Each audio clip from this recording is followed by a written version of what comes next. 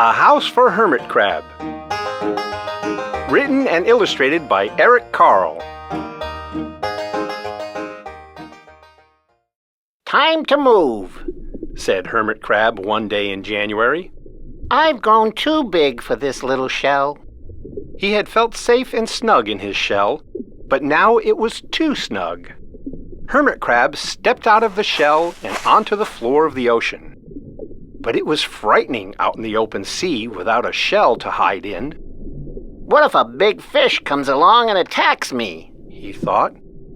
I must find a new house soon. Early in February, Hermit Crab found just the house he was looking for. It was a big shell and strong. He moved right in, wiggling and waggling about inside it to see how it felt. It felt just right. But it looked so plain, thought Hermit Crab.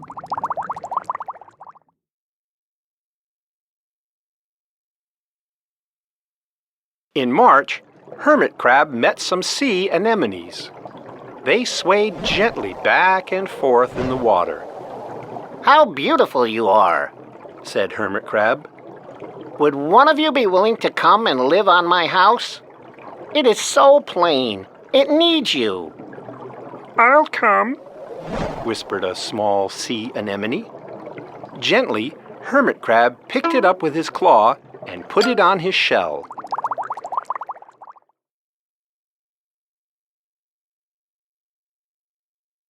In April, Hermit Crab passed a flock of starfish moving slowly along the sea floor.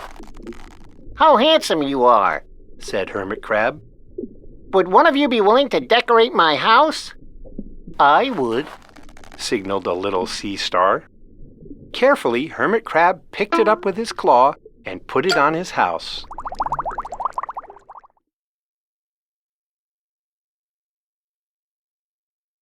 In May, Hermit Crab discovered some coral. They were hard and didn't move. How pretty you are, said Hermit Crab. Would one of you be willing to help make my house more beautiful? I would, creaked a crusty coral. Gingerly, Hermit Crab picked it up with his claw and placed it on his shell.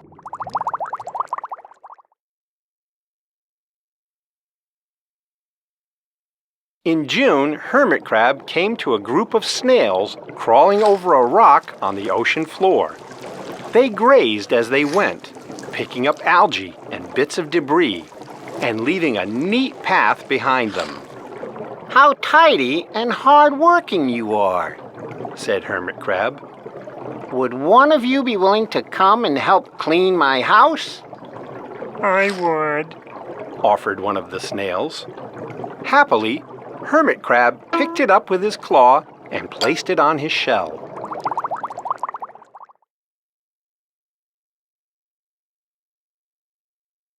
In July, Hermit Crab came upon several sea urchins. They had sharp, prickly needles.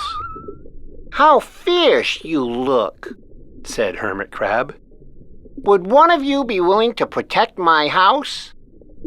I would, answered a spiky sea urchin. Gratefully, Hermit Crab picked it up with his claw and placed it near his shell.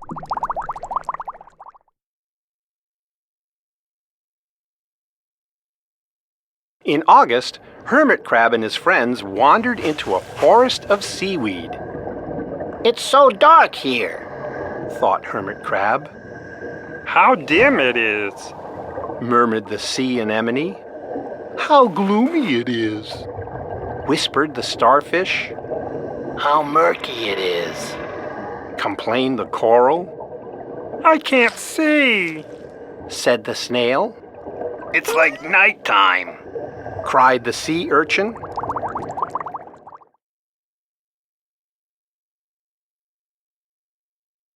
In September, Hermit Crab spotted a school of lanternfish darting through the dark water. How bright you are, said Hermit Crab. Would one of you be willing to light up our house?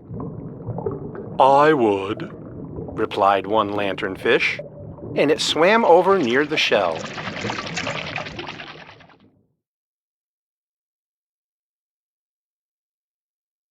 In October, Hermit Crab approached a pile of smooth pebbles. How sturdy you are, said Hermit Crab. Would you mind if I rearranged you? Not at all, answered the pebbles.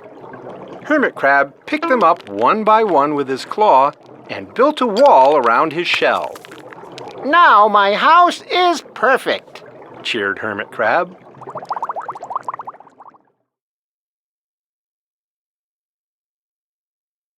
But in November, Hermit Crab felt that his shell seemed a bit too small.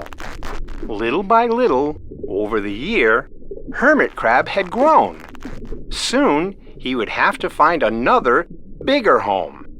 But he had come to love his friends, the sea anemone, the starfish, the coral, the sea urchin, the snail, the lanternfish, and even the smooth pebbles.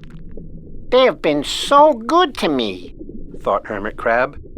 They are like a family. How can I ever leave them?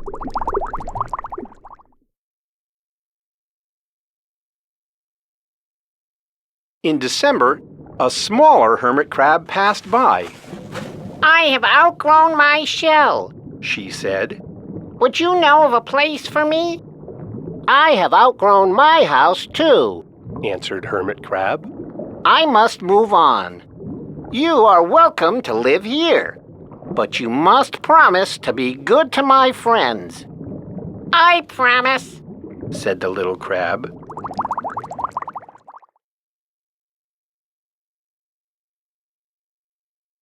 The following January, Hermit Crab stepped out and the little crab moved in. Couldn't stay in that little shell forever, said Hermit Crab as he waved goodbye. The ocean floor looked wider than he had remembered, but Hermit Crab wasn't afraid.